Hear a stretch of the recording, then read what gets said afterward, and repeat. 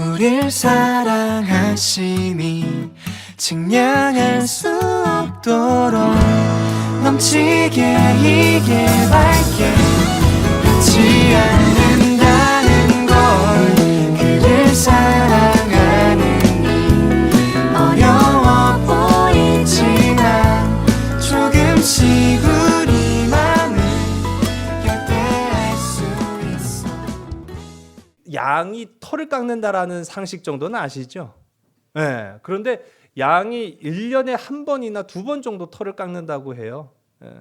그런데 그 양이 저는 많지 않은 줄 알았어요. 상당히 많더라고요. 심지어는 이 양을 늘 관리를 해야 되는데 그 관리의 범주에서 벗어난 양들도 덜어는 있다고 합니다. 그래서 그런 양들이 털을 깎게 되면은 지금까지 기네스북에 오른 기록이에요. 가장 많이 한꺼번에 그 깎은 털 양으로 가장 많은 양이 털 무게만 42kg예요. 한 마리에서. 그러니까 양털 한 뭉치라고 하는 게 아주 보잘것없는 것은 아니구나라는 그런 생각을 갖게 됩니다. 참 그런 거 보면 신기해요. 어떻게 사람도 머리를 안 자르면 계속 자라나잖아요. 하나님이 하시는 일에는 참 그렇게 신묘막측한 일들이 참 많습니다. 이런 것만 놓고 보더라도 하나님이 하시는 일은 오차가 없다라는 것 우리가 잘 알지요. 하나님은 완전하시며 전능하신 분이시다라고 하는 사실 또한 우리는 고백합니다. 그런데 살다 보면은 의문이 드는 경우가 많아요. 하나님은 완전하신데 왜 그 완전하신 하나님이 택하신 사람들은 오류가 있을까? 문제가 있을까? 결함이 있을까? 라는 그런 의문을 갖기 마련이죠. 가깝게는 성경 속에서 우리가 그 사례들을 좀 찾아보게 되면은 요나의 경우를 보면 하나님이 저 니느웨로 가서 복음을 전해라 라고 했어요. 아니 그게 뭐 엄청난 일은 아니죠. 가서 하면 되는 거예요. 그런데 하나님이 쓰시고자 요나를 그렇게 부르셨는데 요나는 니느웨가 아닌 팽 하고 도망쳐서 다시스로 갑니다. 참 신앙적 결함이 있었다라는 걸 우리가 보는 사례죠. 또 이스라엘이 왕을 요구해요. 지금은 이제 우리가 사사기 말씀을 읽는 동안에는 왕이 존재하지 않는 그러한 나라였죠. 뭐 그렇다고 해서 이 시대가 왕이 없었다라는 건 아닙니다. 다른 많은 나라들은 지금 이미 다 왕이 있는 그런 왕이 통치하는 나라지만 이스라엘이 왕이 없는 데는 그만한 이유가 있어요. 이스라엘은 하나님이 통치하신 나라거든요. 하나님의 백성이니까요. 그래서 왕이 없었는데 이후에는 왕 달라고 해갖고 하도 간절히 요구하니까 하나님이 왕을 주셨어요. 그런데 그 왕도 아무나가 아니라 하나님이 그 가운데 엄선해서 택하여 쓰신 한 사람이 왕이 됩니다. 그가 바로 우리가 잘 아는 사울 임금이었죠. 자, 그런데 사울 임금의 경우도 마찬가지지만 하나님이 택하신 거예요. 자기가 왕 되고 싶다고 해서 손든 게 아닙니다. 하나님이 택하셨어요. 그런데 어떻습니까? 하나님의 뜻을 벗어난 불순종으로 아주 심각한 결격 사유를 만들어낸 인물이죠. 또 지난 시간부터 우리가 좀 계속 살펴보고 있는 이 사사 기드온의 경우도 보면은 하나님이 친히 나타나셔서 친히 찾아와 주셔서 그를 민족의 대표 지도자인 사사로 쓰시겠다라고 말씀하셨지만은 우리 지난 시간부터 좀 기드온을 좀 부정적인 시각으로 좀 본다고 해서 너무 이렇게 이상하게 생각하지 마시고 우리가 그동안에는 기드온을 믿음의 사람으로 이렇게 많이 익숙하게 들어왔는데 우리가 다양한 시각으로 좀 볼 필요는 있어요. 근데 엄밀히 따지고 보면은 기드온이 그렇게 썩 믿음의 귀감이 되는 모습들은 지금까지 보여주고 있지 않는 건 사실이에요. 그런 것만 놓고 보더라도 아니 왜 완벽하신 완전하신 전능하신 하나님이 택하신 그런 사람들이 이렇게 많은 문제를 가지고 있을까? 여러분 목사가 됐다고 해서 완전한 거 아닙니다.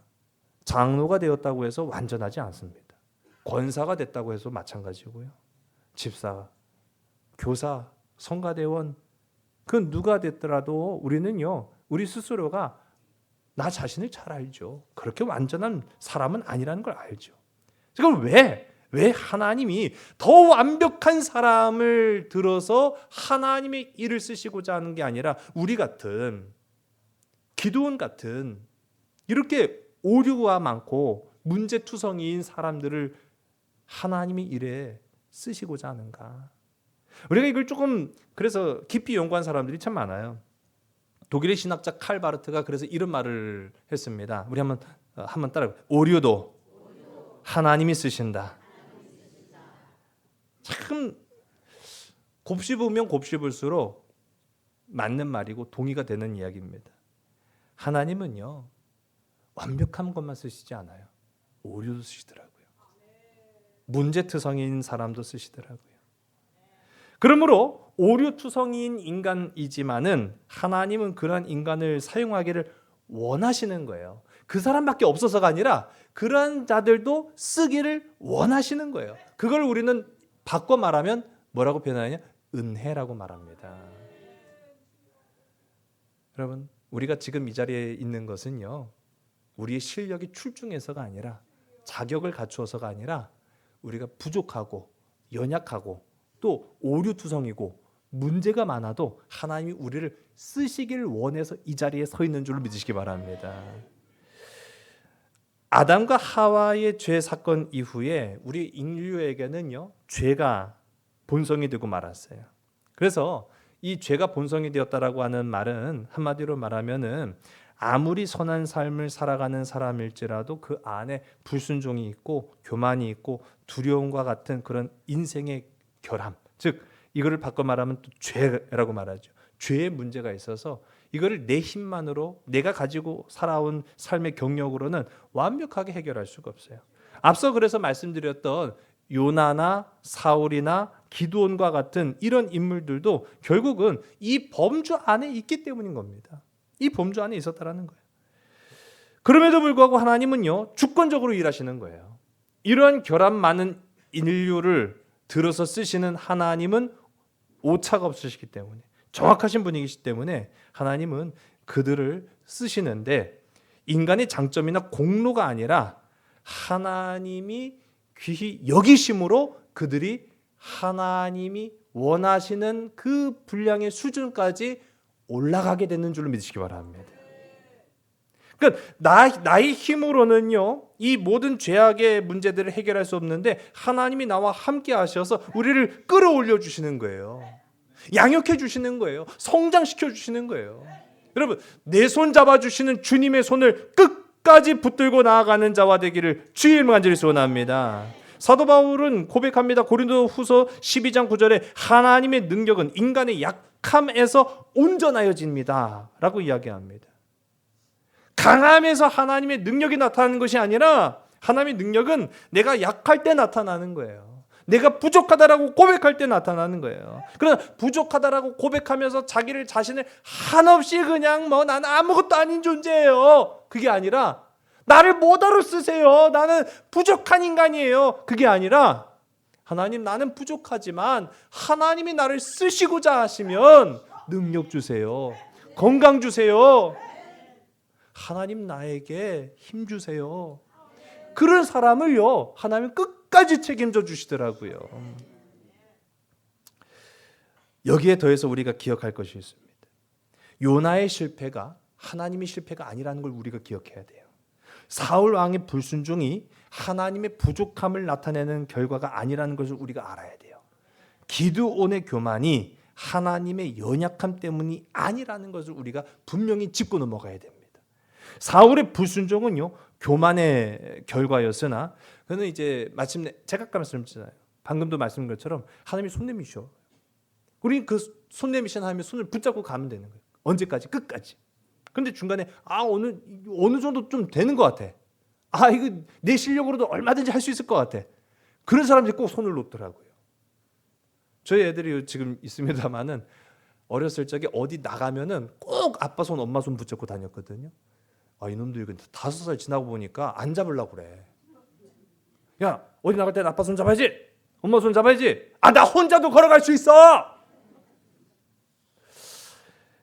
인간의 교만함은요, 참, 애나 어른이나 다 똑같아요. 예.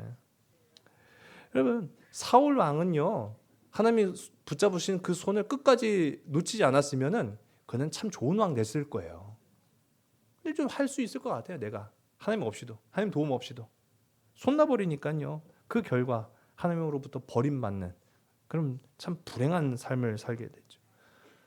그래, 조금 더 나은 인물이 요나예요.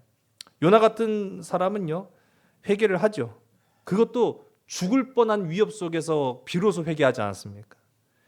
교만을 내려놓을 때 비로소 그 눈앞에 영원한 승리가 무엇인가라고 하는 것을 하나님이 보여주신 인물이 바로 요나였고, 또 기드온과 같은 사람도 우리 지난 시간에 살펴봤지만은요, 하나님을 보고 살아남은 자가 없어요. 그런데 하나님을 만났죠. 하나님이 부르셨죠. 그런데 심지어는 하나님을 기다리게 했죠. 하나님을 시험했습니다. 그래도 살아남았어요. 이거는 기적을 뛰어넘어서 역사에 남을 일이에요. 그랬던 이 기드온, 참, 그런데 이 순종과 회개, 신앙의 겸손이 요구되는 상황 속에서도 오늘 말씀까지 좀 보면은 참 많이 불안불안한 모습들이 등장합니다. 이게 기드온이라는 거예요. 근데 이게 기드온이라는 거는 바꿔 말하면 이게 우리라는 거예요.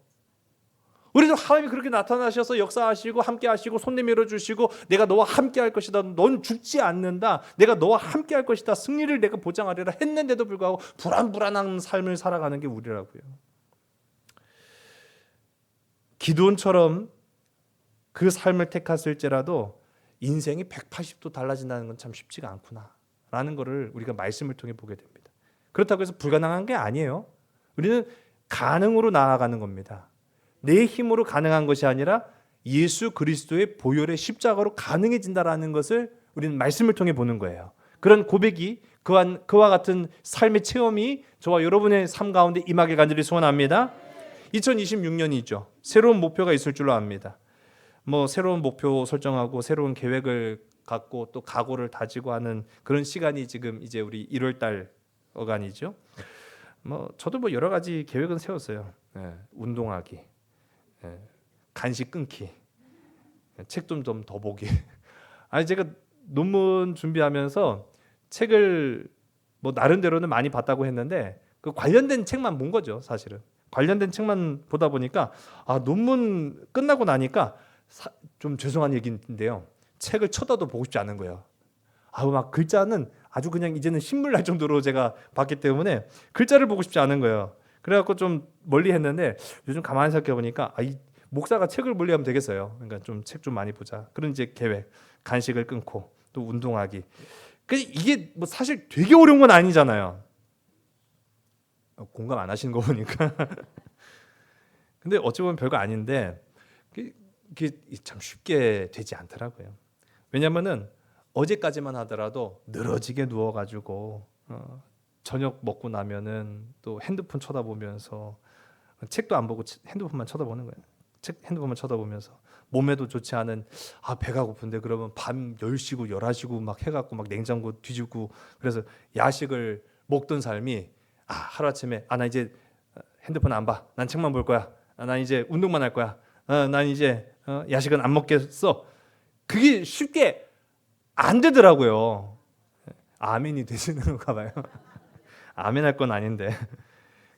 어느 날 갑자기 그렇게 삶이 바뀐다라는 게 저 스스로도 너무 이게 좀 어색한 거예요. 부자연스럽잖아요. 하던 대로 해야죠. 그렇죠? 아니에요? 예. 내가 나같지 않은 거예요. 어느 날 갑자기 나 운동할 거야. 내가 나같지 않은 거죠. 어느 날 갑자기 나 이제 야식 안 먹을 거야. 내가 나같지 않은 거예요. 어느 날 갑자기 막 거룩한 척 책을 보고 있어요. 왜 안 보던 책을 봐? 난 이제 앞으로 거룩한 사람이 될 거야. 나같지 않은 거예요. 그러니까 몇 번 시도하다가 이전의 삶으로 돌아가기 쉬운 게 작심삼일이라고 우리가 표현을 하잖아요. 여러분, 사람이 계획한다고 해서, 각오를 다진다고 해서, 목표를 세웠다고 해서 180도 하루아침에 달라질까요? 달라져야죠. 참 그게 쉽지 않다는 걸 제가 말씀드리는 거예요. 여러분, 기드온이 하나님 만났어요. 달라졌을까요? 달라져야죠. 달라져야죠. 그런데 그게 쉽지 않았다라는 거죠. 어제까지만 하더라도 집에 바알 제단이 있어요. 집에 그게 있어요. 근데 어떻게 그걸 안 볼 수가 있어요? 안 보는 건 둘째치고 그것 때문에 벌어먹고 살았던 우리 집안인데 그거 어떻게 외면하겠습니까? 고맙죠. 그것 때문에 내가 먹고 그것 때문에 내가 입고 사는데 고맙죠. 하다못해 이게 진짜인지 가짜인지 여부를 떠나서 이것 때문에 내가 먹고 살아? 고마운 거 아니겠어요? 음악을 하는 사람들 악기 고맙죠. 그것 때문에 벌어먹고 살아가는 사람인데요. 화가 붓 고맙죠. 그것 때문에 내가 먹고 살아가는데 왜 아니 고맙겠습니까? 거기에 무슨 생명을 부여하든 부여하지 않든 그게 중요한 게 아니에요. 그것 때문에 내가 먹고 산다? 고마운 거죠. 그러면은 바알 고마운 거 아닙니까? 오늘 이렇게 다들 식사 안 하셨어요? 고마운 거예요. 그러니까 어제까지만 하더라도 이게 뭐 다른 동네에 있는 것도 아니고 우리 집 안에 바알 제단이 있어요. 그 지나가면서 이것 때문에 내가 먹고 사는데 고맙죠. 바알 뭐 고마워 그 정도까지는 아닐 거예요 아마. 고맙습니다. 바알이시오. 그렇게 하지 않았겠어요? 아세라가 있어요. 아세라 때문에 먹고 살았어요. 고맙지 않겠습니까? 어제까지만 하더라도 아세라 앞에서 제물을 갖다 바치고 바알 제단에서 절했던 이 기드온이 하나님 만났다고 그 다음 날부터 나는 하나님만 믿을 거야. 그런 사람 돼야겠죠. 돼야죠. 예. 근데 그게 쉽지 않았다라는 거예요. 오늘 말씀을 보니까. 그런 기드온을 아시고 사람은요. 하루아침에 달라지지 않는다라는 걸 아신 하나님은요. 때로 우리에게 충격적인 요법을 쓰십니다. 그게 이제 기드온을 통해서 보게 되는 거예요. 만약 하나님이 기드온에게 나타나셔서 넌 이제 하나님만 믿어라. 나만 의지하라. 바알과 아세라를 의지하지 말고 나만을 의지하기를 바란다. 라고 하면은 그 신비한 체험을 하고도 뭐 그 자리에서 그 앞에서 NO! 라고 하겠습니까? 오케이! 그럴 거예요. 너 바알과 아세라를 치워버려라. 그럼 치웠겠죠. 그런데 며칠 지나요. 익숙하지가 않은 거예요. 어제까지만 하더라도 비나이다 바알 신이요 뭐 그렇게 했던 놈이 오늘 갑자기 그냥 막 하나님 그렇게 하니까 이게 입에 익숙하지가 않은 거야. 여러분, 그러니까 치워놨던 바알과 아세라 상을 슬그머니 제자리에 갖다 놨을 가능성도 충분히 있지 않습니까? 그래 하나님이 어떻게 하셨어요? 돌아오지 못하게 만드셨어요. 어떻게? 허물어버린 거예요. 찍어버린 거예요. 불태워버린 거예요. 이건 이젠 돌이킬 수가 없는 거예요. 만약에 살짝만 옮겨놨다고 한다면 살짝 갖다 놓으면 돼요. 그런데 이거를 완전히 파괴시켜버렸어요. 이거를 완전히 박살내버렸어요. 이걸 완전히 불태워버렸어요. 여러분, 때로는 우리가 인생에서 세상으로 돌아가지 못하도록 하나님께서 막으시는 그런 사건과 아픔과 눈물이 있을지라도 오늘 기도는 생각하시기 바랍니다. 돌아가지 못하게 만드신 거예요. 세상으로 돌아가지 못하게 만드신 거예요. 하나님만 의지하라는 겁니다. 그것이 불행한 게 아니에요. 그것은 축복의 시작인 줄 믿으시기 바랍니다. 하나님만 의지했을 때 한 분이신 하나님께서 다수인 많은 우상보다 못한 것이 아닌가? 그게 아니에요. 오직 하나님만 의지할 때 생명과 참된 기쁨이 우리에게 임하게 되는 줄 믿으시기 바랍니다. 자 보세요. 그 하나님이 이 인간을 너무 잘 아시는 거예요. 돌아갈 수 없게끔 만드신 거예요. 돌이킬 수 없게끔 만드셨어요. 자, 그런데 더해서 어떤 일들이 벌어집니까? 이 일 가지고 바알 신상이 무너지고 아세라 신상이 막 쪼개어지고 하는 그 사건 때문에 동네 사람들까지 막 난리가 났잖아요. 그때 이 기드온의 아버지 요아스가 아들 편을 들었어요? 바알 편을 들었어요? 그렇죠. 예? 누가 또 바알이라고 하신 것 같은데? 바알 편 들면 아들 죽는 거예요. 아니 세상 천지에 아무리 그가 살아있다고 나는 믿을지 몰라도 바알 편 들어갖고 아들 죽이를 그런 부모가 어디 있겠습니까? 근데 요아스도 잘 알았던 것 같아요. 예. 야 바알이 진짜냐? 니들 바알 살아있는 거 봤어? 내가 바알 제일 많이 제사 지낸 사람인데 바알이 그 정도가 됐으면 바알들을 직접 와갖고 싸우라고 해. 지가 뭔데? 그렇게 한 상황이라면은 여러분 보세요. 기드온만 돌이킬 수 없는 게 아니라 그 아버지 요아스도 돌이킬 수 없는 강을 건넌 거예요 지금. 이제는 하나님밖에 없는 거예요, 이 집안에는. 여러분, 저와 여러분의 삶이 세상을 향하여서 온갖 미련 다 버리고 오직 주님만을 향하는 우리 믿음의 가정, 믿음의 심령들이 다 되시기를 주의 간절히 소원합니다. 내 안에 있는 바알과 아세라상을 찍는 저와 여러분 되기를 주의 간절히 소원합니다. 그런데 이 정도 되면은 바알 진짜 막 대단한 믿음의 용사가 되고 이 기드온이 진짜 하나님이 정말 믿음의 용사가 되고 막 그렇게 되는데, 이 태도 변화가 오늘 보니까 아주 미심쩍어요. 완벽하지 않았다는 걸 보는 거죠. 사실 이 사사기는요, 민족의 지도자인 사사들조차도 점점 그 신앙이 떨어지고 있다라는 걸 지금 보여주고 있는, 고발하고 있는 장면이에요. 우리가 어느 정도 이제 뭐 신앙생활 하면은 시간이 지난다고 해서 다 직분 받는 건 사실은 아니에요. 다 권사되고 다 속장되고 다 장로되고 다 목사 되는 건 사실은 아닙니다. 그런데 그래도 어느 정도 이제 우리가 뭐 집사든 권사든 장로든 목사든 직분을 받으면은 그에 걸맞는 신앙의 모습을 갖추거나 성장해야 하는 거예요. 그렇지 않으면 안 되죠. 그런데 이 사사기 말씀 보니까 예전에는요, 진짜 저 어렸을 적만 하더라도 권사님 정도만 돼도 진짜 대단한 믿음의 분으로 저는 그렇게 추앙했어요. 어렸을 적에. 제가 지금 그렇다는, 지금은 아니 정반대로 흘러간다 그런 말씀을 드린 건 아니에요. 그런데 더러는 보면은 참 저부터도 그래요. 목사가 온전한 신앙을 가지고 하나님의 말씀을 듣고 따르고 또 가르치고 말씀을 선포한다라는 게 참 쉬운 것만은 아니구나. 저는 그렇게 생각을 하는 게, 사사기의 말씀을 놓고 보면은 예전에는 민족의 지도자들 정도라고 하면은 귀감이 되고 존경받을 만한 그런 신앙의 모습들이 있었는데 점점 그 신앙이 떨어지고 있는 모습을 봅니다. 기드온은 현실과 믿음 사이에서 갈팡질팡하는 모습을 오늘 우리가 함께 읽은 말씀에 다 보여주고 있어요. 현실의 눈을 볼까요? 현실의 눈은 어떻습니까? 지금 눈앞에 미디안과 아말렉 그리고 동방 사람들이 연합 부대를 이끌어 가지고 이스라엘 골짜기까지 와서 거기에 진을 치고 전쟁을 준비하고 있는 거예요. 뭐 물론 그들에겐 전쟁이 아니죠. 완전한 침공이죠. 누가 우리를 상대할 것이냐? 누가 우리와 맞서 싸울 것이냐? 그동안엔 이스라엘이 한 번도 맞서 싸우지 못했어요. 그러니까 그냥 막 이끌고 와갖고 그 낙타부대 이끌고 와갖고 그냥 막 점령하다시피 했습니다. 자, 그런 모습들이 오늘 본문의 시작이 되죠. 우리 33절의 말씀을 함께 읽습니다. 그때 미디안과 아말렉과 동방 사람들이 다 함께 모여 요단강을 건너와서 이스라엘 골짜기에 진을 친지라. 아멘. 현실은 전쟁이에요. 여러분, 우리도 그렇습니다. 현실은 전쟁이죠. 기드온이 바알과 아세라상을 무너뜨렸다라고 해서 그 앞에 놓여진 문제가 다 사라지는 게 아닙니다. 현실을 보게 되잖아요, 우리가 교회에서 신앙생활 막 하면서 교회에서 예배드리면서 교회에서 찬양하고 말씀 들으면서 막 우리가 와 진짜 하나님 나와 함께 하신다, 나에게 승리를 주신다, 나에게 기쁨을 주신다, 영원한 하나님의 나라만 보고 나아가자. 그리고 이제 집으로 돌아가잖아요. 그럼 집으로 돌아가면 어떻게 해요? 현실이죠. 직장으로 가면 어떻게 해요? 현실이죠. 전쟁터예요.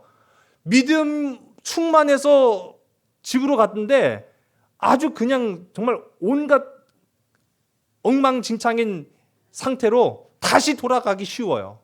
또 세상 일터로 갔더니 정말로 주일날 은혜 받았던 대로 충만하게 기쁨으로 직장 생활하며 살아가면 얼마나 좋겠습니까? 근데 거기에서 맞이하는 여러 가지 근심과 걱정, 스트레스를 마주하면서 우리가 다시 그 영적인 기쁨을 까먹는 게 참 쉬워요. 현실을 보니까 전쟁이거든요. 기드온이요, 하나님을 만나긴 만났는데 지금 현실의 눈을 떠서 보니까 지금 동네에서 나를 죽이네 살리네 그게 문제가 아니더라고요.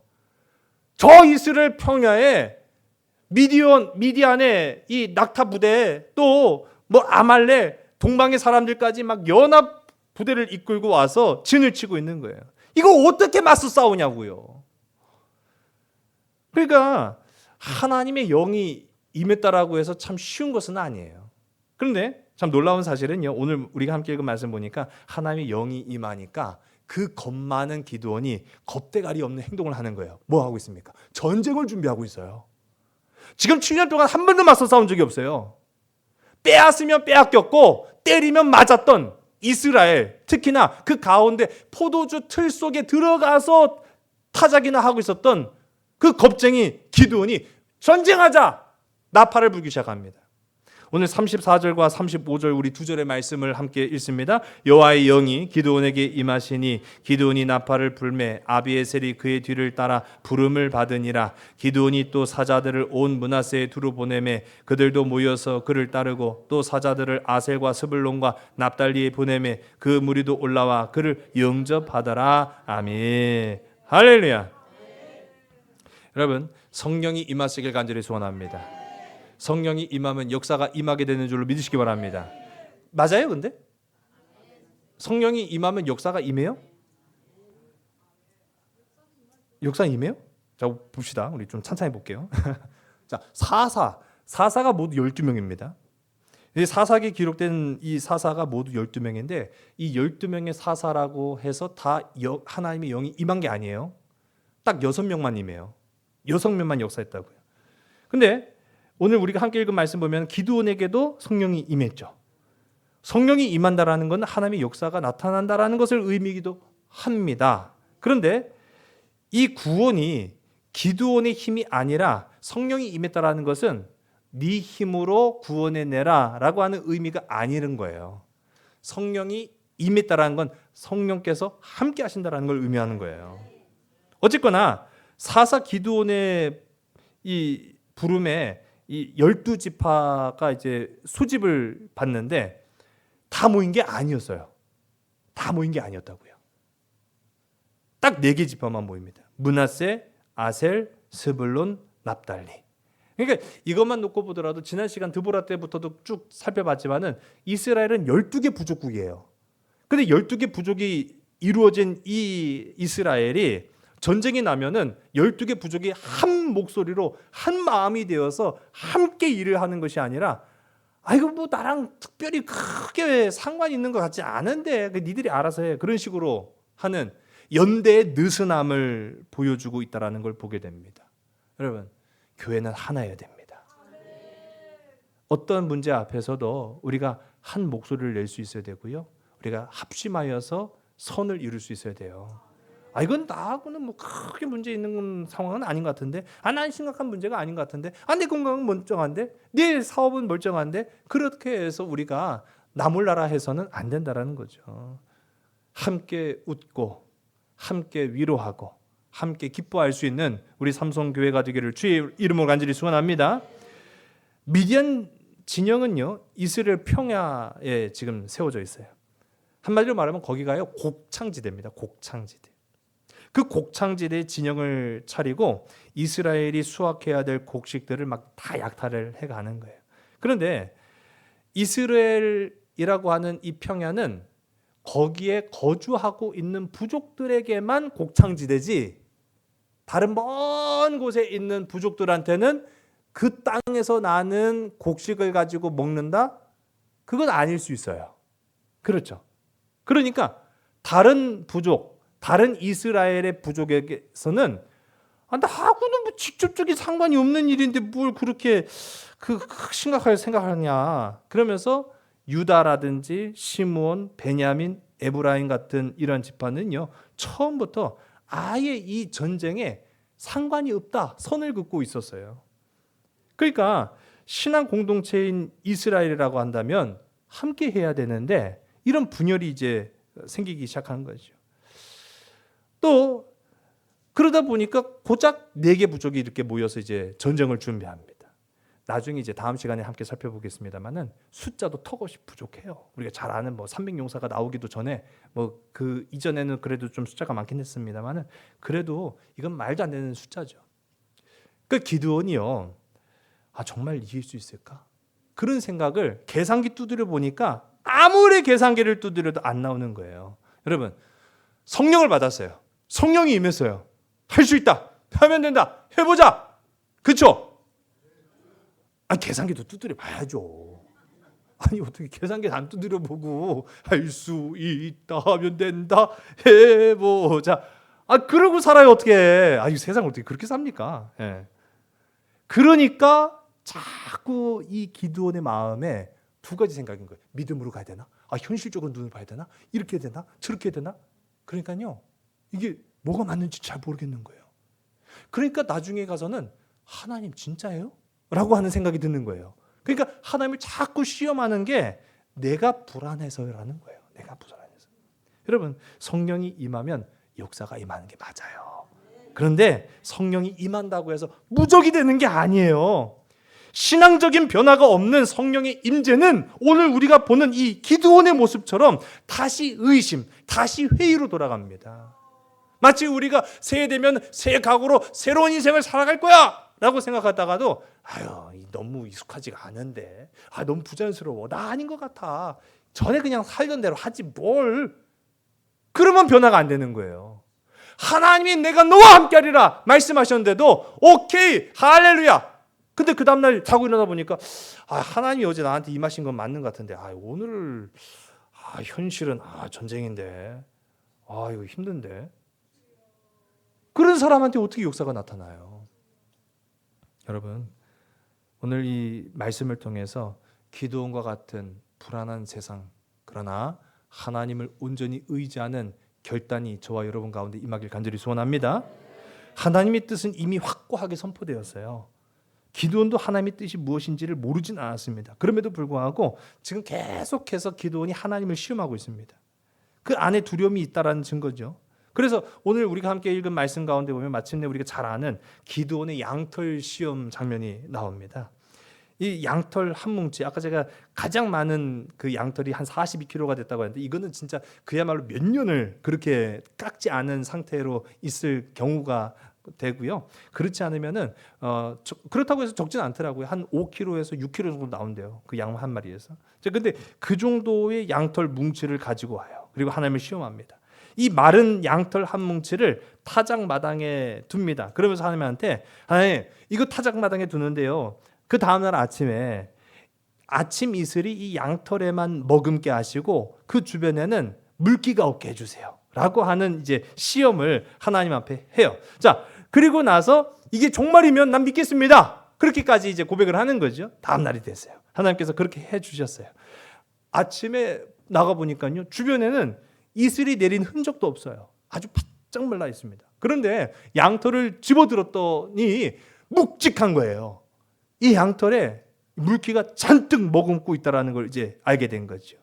오, 할렐루야. 주님, 저를 용서해 주세요. 제가 주님을 의심했습니다. 죽을 죄를 졌습니다. 이제는 더 이상 토달지 않고 하나님의 뜻을 따라서 나가 싸워라 하면 싸울 것이고 죽어라 하면 죽을 것입니다. 그렇죠. 그렇게 해야 되는데 그 말이 없어. 그 말이 성경에 없어요. 이게 기드온이 내 실수했네. 내가 잘못 말했어. 가만 생각해 보니까 이슬이 있으면 머금게 돼 있어. 자연 현상이에요, 이거. 그렇죠? 이슬이 있으면 머금게. 옷을 내다 보세요. 옷을 내놔도 습기를 머금죠. 이제 이슬이 임하면 머금게 돼 있어. 그리고 이 중동에 태양이 얼마나 뜨거운 줄 아십니까? 해가 뜨자마자 그냥 막 온 천지가 막 다 달궈 올라져요. 그러니까 주변에 물기가 없는 거는 해가 떴기 때문이고, 이슬을 머금고 있는 거는 자연 현상이고, 이게 하나님의 기적이라고까지 이걸 말할 수 있는가라는 생각이 드니까 내가 잘못 하나님 앞에 얘기했구나. 한 번만 더 해야겠다.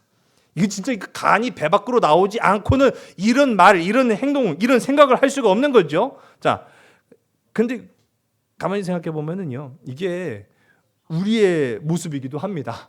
예. 우리가 하나님 은혜를 받았다라고 하면서 세상을 살다 보면은 이게 세상의 원리대로 이렇게 살아가는 게 맞는 것 같아요. 그러니까 하나님의 은혜가 이게 맞는지, 자연현상인지, 기적인지, 은혜인지 그거를 구분 못하고 나 이게 잘 못 믿겠는데요 하고 이렇게 돌아갈 때가 참 많다라는 거예요. 다시 한번 요구하는 거죠. 자, 우리는요, 이거를 참 보면은 매일매일이 기적인데 그걸 참 깨닫지 못하는구나 라는 생각을 가져요. 다만 그 사실을 우리가 안다고 한다면 참 다행인 거죠. 프랑스의 화학자로 유명한 라부아지에라고 하는 사람이 있습니다. 이 라부아지에라고 하는 사람이요, 이런 말을 했어요. 호흡은 탄소와 수소가 서서히 연소하는 현상이다 이해되시죠? 여러분 숨 쉬잖아요. 숨. 지금 숨 쉬는 걸 얘기하는 거예요. 이 라부아지에라고 하는 과학자가 뭐라고 얘기했냐면 호흡이라는 것은 탄소와 수소가 서서히 연소하는 현상인데 그러므로 숨쉬는 모든 동물들은 살아있는 연소체다. 네. 나와요? 나와요? 네. 나오죠. 마이크 들었다 나왔다. 네. 그러니까 모든 살아있는 동물들은 살아있는 연소체다. 그러니까 쉽게 말하면은요, 우리는 숨 쉴 때마다 불타고 있다는 거예요. 네. 이게 제가 좀 어려운 표현을 쓴 게 아니라 쉽게 말하면은요, 우리는 매 순간 호흡을 하잖아요.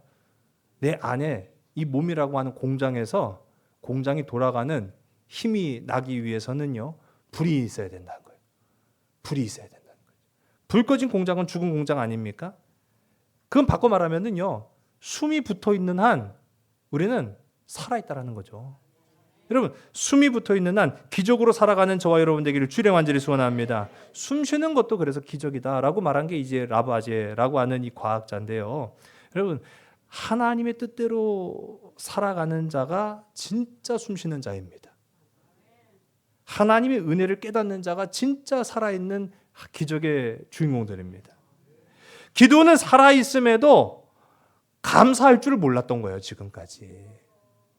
죽을 뻔했다가 살아난 그 순간에 비로소 내가 이제 살아있구나. 내가 기적을 체험했구나. 그렇게 생각을 했는데 그 의구심을 떨쳐버리지 못하고 하나님을 끊임없이 시험합니다. 양털을 갖다가 그 하나님을 시험한다는 게 뭐예요? 창피하게. 우리 39절과 40절의 말씀을요, 우리 화면을 보시고 함께 읽습니다. 기드온이 또 하나님께 여쭈되 주여 내게 노하지 마옵소서. 내가 이번만 말하리이다. 구하옵나니 내게 이번만 양털로 시험하게 하소서. 원하건대 양털만 마르고 그 주변 땅에는 다 이슬이 있게 하옵소서 하였더니 그 밤에 하나님이 그대로 행하시니 곧 양털만 마르고 그 주변 땅에는 다 이슬이 있었더라. 아멘. 자, 분명히 이제 두 번째 증표를 기드온이 요구할 때 하나님한테 뭐라고 말합니까? 주님 노하지 마세요. 화내지 마세요. 이렇게 얘기하죠. 자신이 생각해도 지금 도를 지나쳤다는 걸 알아요, 몰라요? 그렇지 안다는 놈이 이러고 있어요. 여러분, 우리 가끔 상대방하고 이야기할 때 상대방에게 꺼내기 불편한 얘기, 그런 얘기를 할 때 뭐라고 얘기를 합니까? 너무 기분 나쁘게 듣지 마 라고 얘기를 할 때가 있어요. 내가 지금 하는 말 너무 기분 나쁘게 듣지 마. 너를 위해서 하는 말이야. 그렇게 얘기를 할 때가 있어요. 그거 기분 나쁜 말이에요? 기분 안 나쁜 말이에요?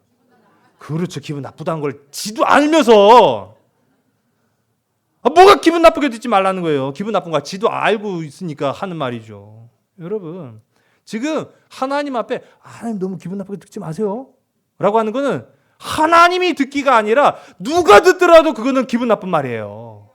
아니, 하나님의 권능을, 하나님의 전능을 의심해요? 몇 번을 보여줬는데도? 그게 말이 되는 거예요? 선을 넘었다는 걸 알면서도 정작 그 자신은 이게 선을 넘었는지 안 넘었는지도 구분 못하고 지금 하는 행동이에요. 여러분, 지금 이 기드온이 하는 모습을 보니까요, 좀 뭔가 좀 알게 돼요. 이 기드온이 다른 신, 우상신과 여호와 하나님을 구별할 만한 지식을 지금 갖추지 못했다라는 걸 보여줍니다. 그 단적인 예가 몇 가지 나오는데 지난 시간부터 좀 살펴봤지만은요, 기드온이 사실은 원래 바알 숭배자예요. 바알 숭배자. 그 집안 내대로. 자, 그런데 기드온이 하나님의 사자를 만났을 때에 처음에 기드온이 이제 하나님을 시험하려고 했던 것들이 있잖아요. 이 재물을 갖고 올 테니까 이 재물에 불을 붙여주세요. 그러니까 불을 내지도 않았는데 당신이 진짜 하나님이면 이 재물에 불을 붙여주세요 라고 하는 시험을 했잖아요. 자, 그런데 그때 가지고 온 물건이 재물, 이 동물이죠. 가축과 뭐를 갖고 왔습니까? 국을 갖고 왔단 말이에요. 국. 제가 지난 시간에 말씀드렸잖아요. 하나님께 제사를 드릴 때 국을 갖고 오는 사례가 없어요. 이거는 이방신을 섬길 때 가지고 오는 행동이에요. 그러니까 지금 기드온은 하나님을 하나님으로 본 게 아니라 바알이나 그 다른 신이나 비슷한 무리로 본 거예요. 또 우리가 함께 읽은 말씀을 우리가 성경을 한글로 보았습니다마는 이 원어로 보게 되면은 기드온이 주구장창 하나님을 뭐라고 부르냐? 여호와라고 부르지 않고 하나님이라고 불러요. 이게 무슨 차이냐라고 하면은요, 좀 엄밀히 얘기하면 야훼, 여호와를 야훼라고 합니다. 야훼가 있고 엘로힘이 있는데 야훼는 오직 우리가 알고 있는 그 하나님을 고백할 때 부르는 이름이 야훼예요. 그런데 엘로힘이라고 하는 표현은 우상을 가끔 일컬을 때도 엘로힘이라고 할 때가 있어요. 여러분, 이게 무슨 말인지 아세요? 지금 기드온이 계속 하나님을 야훼, 즉 여호와라고 부르지 않고 자꾸 하나님 부르는 이유가 하나님도 뭐 바알이나 그 비슷한 신이나 다 거기 언저리에서 그 비슷한 거 아니야? 그렇게 생각했다라는 걸 의미하는 거예요. 여러분, 이거 굉장히 심각한 영적 문제입니다. 여러분, 오직 하나님만이 한 분이심을 고백하는 복된 저와 여러분, 우리 모두가 되기를 주의 간절히 소원합니다. 양털 한 뭉치와 하나님을 저울질하는 이 모습, 참 믿음이 혼탁한 시대에 흔히 볼 수 있는 모습이었다라는 걸 우리가 보는 거예요. 기도는 하는데 의심은 있어요. 예배는 드리는데 불순종으로 살아가요. 그래서 사실 알고 보면 이 모든 모습이 기드온의 행동이 나의 모습이구나라고 하는 그 지적을 성경은 우리에게 보여주고 있다는 사실이죠. 여러분, 기드온의 양털 시험으로부터 자유롭고 오직 예수 그리스도의 십자가만을 의지하는 붙드는 믿음의 백성들이 다 되시기를 주의 간절히 소원합니다. 우리 이 말씀을 여러분 삶 속에 적용하시기 바랍니다. 한번 따라올까요? 하나님이 부르셨으면 된 거지. 뭐가 더 필요해? 우리 다시 한번 따라. 하나님이 부르시면 된 거지. 뭐가 더 필요해? 할렐루야. 여러분, 뭐 더 필요하세요? 필요한 것 같은데. 뭐 좀 시험해 볼까요? 기도원처럼? 아니에요. 하나님이 부르셨으면 된 거예요. 하나님에 대한 의심, 온전치 못한 믿음의 현상, 이거는 사사기만의 문제가 아니에요. 그 가만히 제가 이 말씀을요, 꽤 오래, 이번 주 말씀을 좀 오래 고민한 게 도대체 기도원이 왜 그랬을까라는 고민을 좀 해봤어요. 생각해 보니까 기도원의 마음속에 이런 마음이 있었던 것 같아요. 하나님이 과연 나를 정말로 쓰실까? 라는 그런, 어떻게 보면 이 기도원이 굉장히 자존감이 지금 낮아져 있구나라는 걸 보게 됩니다. 그걸 보여주는 장면들이 있었잖아요. 아니, 오죽 겁쟁이였으면 숨어서 타작을 하고 있겠어요. 왜 하나님은 이렇게 겁 많은 기드온을 쓰실 때 그가 여러 차례 선을 넘으면서까지 하나님을 의심했는데도 불구하고 화를 내지 않으셨죠? 오늘 말씀 보니까 단 한 번도 화내지 않으시고 기드온이 요구한 대로 다 들어주셨을까? 측은하셨기 때문인 거죠. 한없이 측은해 보였다는 거예요. 이 작은 기드온, 마음이 작고 믿음이 연약한 이 기드온이 얼마나 측은해 보였으면 하나님은 단 한 번도 화내지 않았습니다. 여러분, 기드온이요, 지금까지 뭐 우리는 그의 삶을 다 알 수는 없지만은 지금까지 살아왔던 기드온의 모습에 아마도 잘된 일이 별로 없었던 것 같아요. 하는 일마다 안 되는 거예요. 그리고 세상을 봐도 소망이 없어요. 그러니까 하나님이 그를 쓰시고자 할 때도 과연 내가 이걸 할 수나 있을까? 그런 생각이, 그런 의심이, 그런 두려움이 사로잡힌 거예요. 아니, 이렇게 지극히 작은 것 하나도 하지 못하고 숨어서 사는 내가 하나님이 민족의 지도자로 세우신다고? 여러분, 왜 아니 두렵겠습니까? 그런 기드온을 하나님은 긍휼히 여기신 거예요. 이사야서 43장 1절의 말씀을요, 우리 화면을 보시고 함께 읽습니다. 야곱아, 너를 창조하신 여호와께서 지금 말씀하시느니라. 이스라엘아, 너를 지으신 이가 말씀하시느니라. 너는 두려워하지 말라. 내가 너를 구속하였고 내가 너를 지명하여 불렀나니 너는 내 것이라. 아멘. 여러분, 기드온보다 더하면 더했지 못하지 않은 우리의 삶 속에 하나님은 오늘 이렇게 말씀하십니다. 내가 너를 지었다. 내가 너를 보호할 것이다. 내가 너를 지명하여 불렀나니 너는 네 것이 아니라 너는 내 것이다. 내가 너를 구속하였고 내가 너를 보호하리라. 여러분, 하나님이 나를 존귀한 자라고 부르셨는데 내가 나를 하찮게 여긴 이유가 뭐겠습니까? 그럴 이유가 없단 말이에요. 여러분 자신을 하찮게 생각하지 마세요. 하나님은 여러분을요 천하보다도 귀하게 생각하신 줄 믿으시기 바랍니다. 그런 천하보다 귀한 나를 하나님의 일꾼, 하나님의 자녀로 부르셨다는 사실을 기억하시기 바랍니다. 여러분, 하나님이 부르셨으면은요 인생의 문제는 더 이상 문제가 아니에요. 해결할 숙제죠. 문제는 해결 못해요. 근데 숙제는 하면 돼요. 여러분, 하나님이 나를 부르셨다면 질병의 문제가 나를 발목 잡지 못합니다.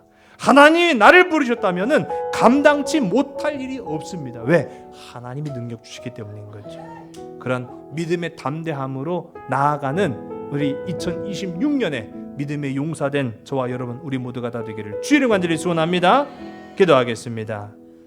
부르시는 하나님, 역사하시는 성령님, 도우시는 예수님, 오늘 이 시간 우리에게 찾아오셔서 말씀하여 주시고 우리의 걸음마다 함께 하셔서 동행하여 주시고 우리가 살아가야 할 삶의 터전, 일상, 가정, 직장, 건강 그 모든 것 위에 나는 부족하고 나는 연약할지라도 내게 힘주사 이 모든 어려움 극복할 수 있도록 주님 은혜 베풀어 주시니 참으로 감사합니다.